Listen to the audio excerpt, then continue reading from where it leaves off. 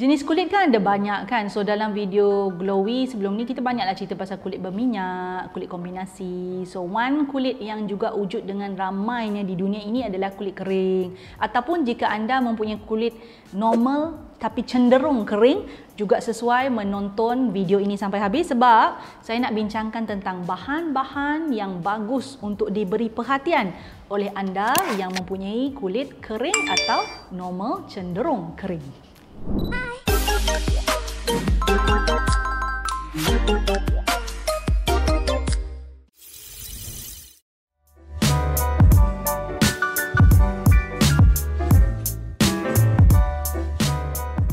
Glowy girls, glowy guys, kita nak cerita tentang kulit kering pada video kali ini. So, siapa yang kulit kering? Sila angkat tangan. Ramai nampaknya ya. Kulit kering ni sesuatu jenis kulit yang normal lah. Maksud saya kulit yang biasa didapatilah. Ada orang mempunyai kulit jenis kering ataupun cenderung kering. Dia normal tapi dia ada tanda-tanda untuk kulit kering juga. Boleh jadi macam tu juga ada. So kulit jenis kering ni secara umumnya adalah kulit yang mengalami keadaan di mana kelenjar minyak mereka tidak menghasilkan sebum atau minyak yang mencukupi untuk wajah mereka. Kenapa kita perlukan sebum tu? Sebum tu melembabkan kulit. Selain daripada itu, sebum juga ada fungsi menguatkan skin barrier. So jadi kalau kita bayangkan kulit kering yang mempunyai sebum yang sedikit dan sangat sedikit ada di kalangannya, kita boleh bayangkan skin barrier akan mula jadi lemah. Skin barrier yang lemah ni akan menyebabkan banyak masalah. Contoh, mudah sensitif. Kulit kering memang mudah sensitif.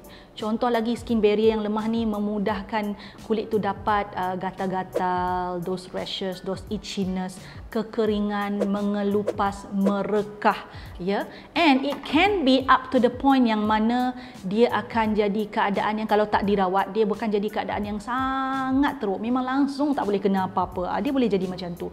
Kulit kering juga akibat tidak ada sebum yang mencukupi ini, mereka boleh mempunyai tanda-tanda penuaan ataupun mengalami penuaan yang jauh lebih awal berbanding kulit yang lain. Kenapa ya? Sebab kulit dia tak ada protection kan, tidak ada sebum yang melindungi skin barrier dia. Apa yang berlaku adalah segala benda yang bagus di dalam kulit tu mudah keluar, especially hydration lah, dia kering keluar. Dan pada masa yang sama juga tidak ada benda yang membantu kulit dia untuk melindungi kulit. So kalau kena sunscreen UV memang direct terus masuk dalam kulit. So kalau kita cerita pasal kulit kering ni, kesian sebenarnya ya. Kita kena beri perhatian. Jadi dalam video ini saya nak kongsikan tentang bahan-bahan. Macam biasa saya tak nak cerita banyak tentang jenama. Ramai orang tanya, saya kulit kering, nak pakai jenama apa ya? Ataupun boleh tak saya yang berkulit kering ni pakai pelembap jenama ABC? Dia bukan macam tu. Dia kena tengok bahan di dalamnya. So kita mulakan dengan satu bahan. Kemudian adalah bahan-bahan lain lagi lah ya, yang bagus untuk kulit kering. Bahan pertama yang saya kira sangat bagus dan berguna untuk mereka yang mempunyai kulit cenderung kering atau kulit kering adalah ceramide. Actually ceramide ni kan dia semula jadi ada dalam kulit. It's a form of lipid that exists in your skin. Cumanya atas faktor usia dan persekitaran, ya, dia makin lama makin berkurang, makin lama makin berkurang. Apatah lagi di dalam kulit mereka yang kering ni memang ceramide itu asalnya dah sedia kurang. Tambah faktor usia, tambah faktor persekitaran, lagilah kurang. Salah satu fungsi utama ceramide ni actually adalah untuk menguatkan, mengukuhkan skin barrier. So bila ceramide kurang, skin barrier jadi lemah, jadi kering, jadi mudah menerima segala benda yang tak bagus. Jadi kalau anda mempunyai kulit kering, ceramide is one ingredient that can work magically on your skin. So choose bahan yang ataupun produk yang mempunyai bahan yang bernama ceramide. Bahan kedua yang bagus untuk kulit kering atau cenderung kering adalah AHA. Mesti ada yang terkejut kan? Sebab ramai orang ada mindset yang AHA ni hanya menjalankan kerja-kerja exfoliation ataupun menanggalkan sel kulit mati. So, kalau kulit kering tu dah macam nipis ataupun dah rosak skin barrier ni, nak tanggalkan apa? Itu mindset ramai orang. Tapi sebenarnya tidak. AHA adalah memang ada sifat exfoliation. Dia juga ada satu lagi sifat iaitu humectant. humectant. AHA ada sifat humectant, iaitu humectant ni adalah bahan ataupun sifat yang mana dia boleh mempertahankan kelembapan bila kita pakai pada kulit. So contoh kita sapu AHA tu memang kita rasa kulit dia smooth sebab dia mengelupaskan, but at the same time dia juga masuk dalam kulit, dan if ada kelembapan dari dalam kulit ataupun kelembapan daripada udara, dia boleh pegang and hold inside the skin. Itu kebaikan AHA. Cuma pesanan saya, kalau nak pilih AHA, sekiranya anda mempunyai kulit jenis yang kering, pada masa yang sama ada sifat-sifat sensitif, cari AHA yang gentle. So apa AHA yang gentle? Contoh AHA gentle sikit macam lactic acid ataupun mandelic acid. AHA yang kuat dikategorikan sebagai a bit more powerful than the other AHA adalah glycolic acid.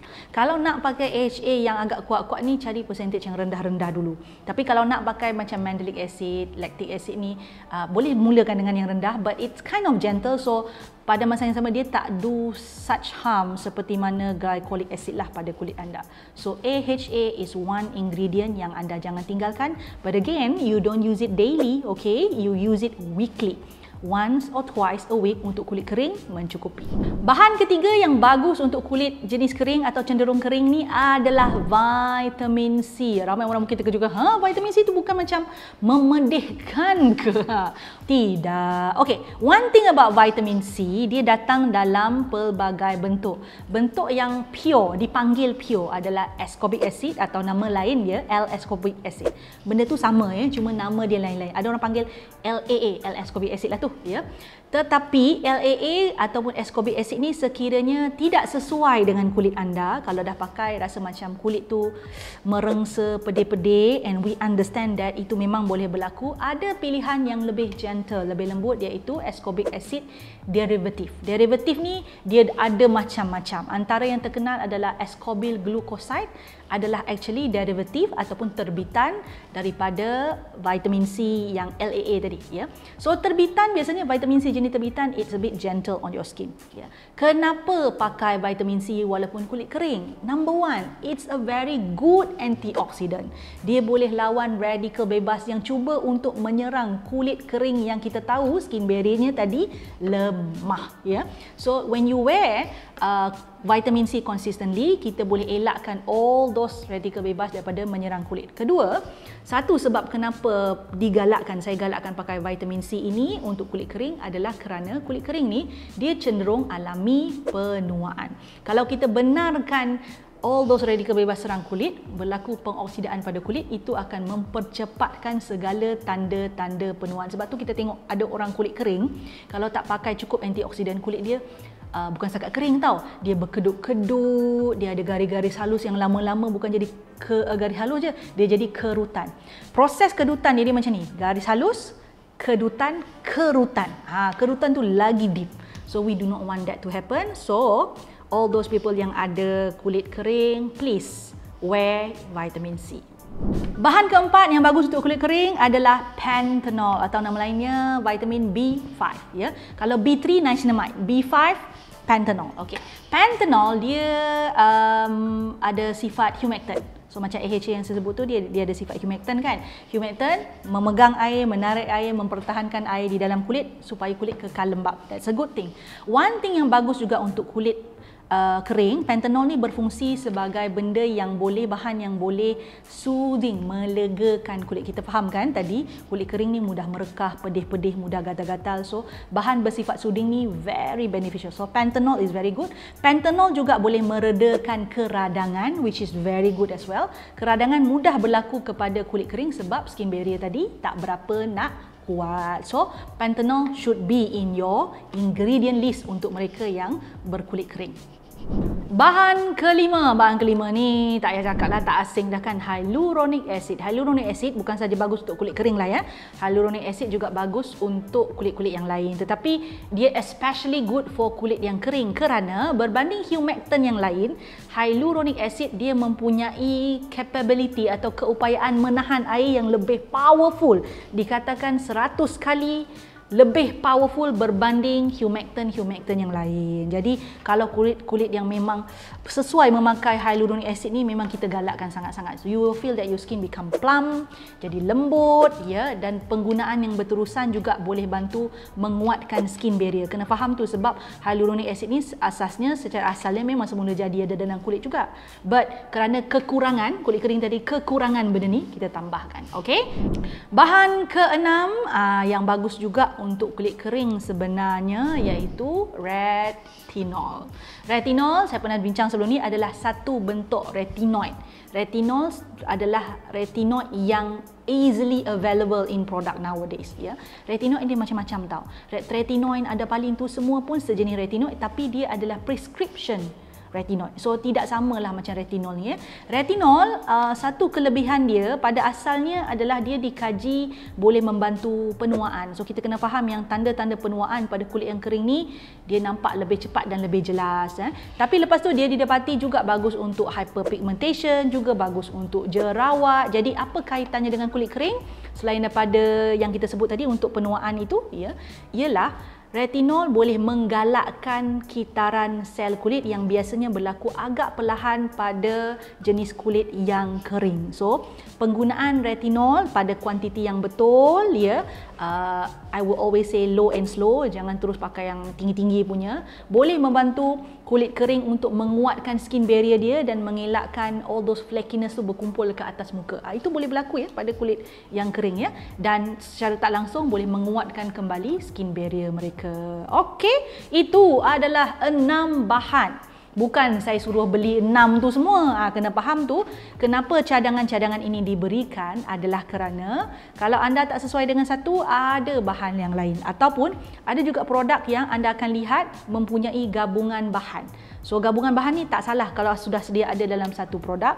So you may want to try it out kalau anda bukan jenis yang suka pakai banyak-banyak produk ya.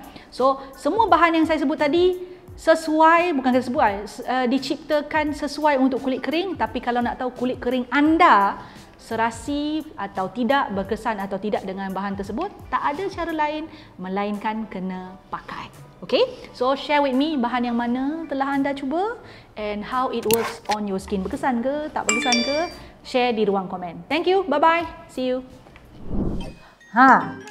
Suka video yang saya selalu kongsikan? Apa kata, jangan apa kata, buat sekarang ya. Subscribe channel saya, like, share dan pastikan tekan butang loceng tu. Yang ada loceng tu, yang cute-cute loceng kecil tu tekan supaya anda mendapat notifikasi setiap kali saya masukkan video baru. Jangan terlepas, jangan tertinggal. Buat sekarang.